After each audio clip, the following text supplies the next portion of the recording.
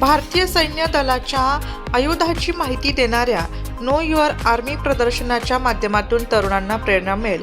त्यातून भारतीय सैन्य दलाला अधिकारी आणि जवान मिळतील असा विश्वास जिल्हाधिकारी जलज शर्मा यांनी येथे व्यक्त केला. जिल्हाधिकारी कार्यालय, आर्टिलरी स्कूल देवाली आणि भोसला मिलिटरी स्कूल यांच्यातर्फे आजपासून नो युअर आर्मी या सैन्य दलाच्या शस्त्र प्रदर्शनाचे आयोजन करण्यात आले होते. या उद्घाटन सोहळा आज सकाळी आयोजित करण्यात आला होता. त्यावेळी जिल्हाधिकारी शर्मा बोलत होते. यावेळी लेफ्ट जनरल नवनीत सिंग सेना प्रमुख पाहुणे होते.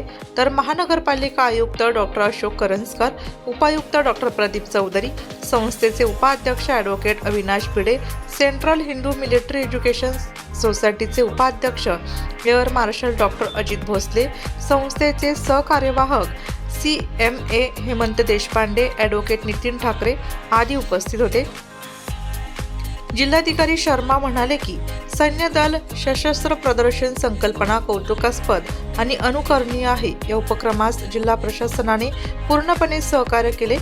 पोलीस आणि महानगरपालिका प्रशासनाने केलेल्या नियोजनाचे जिल्हाधिकारी शर्मा यांनी कौतुक केले. या प्रदर्शनानिमित्त मांडण्यात आलेल्या विविध स्टॉलला जिल्हाधिकारी शर्मा यांच्यासह मान्यवरांनी भेट देऊन पाहणी केली.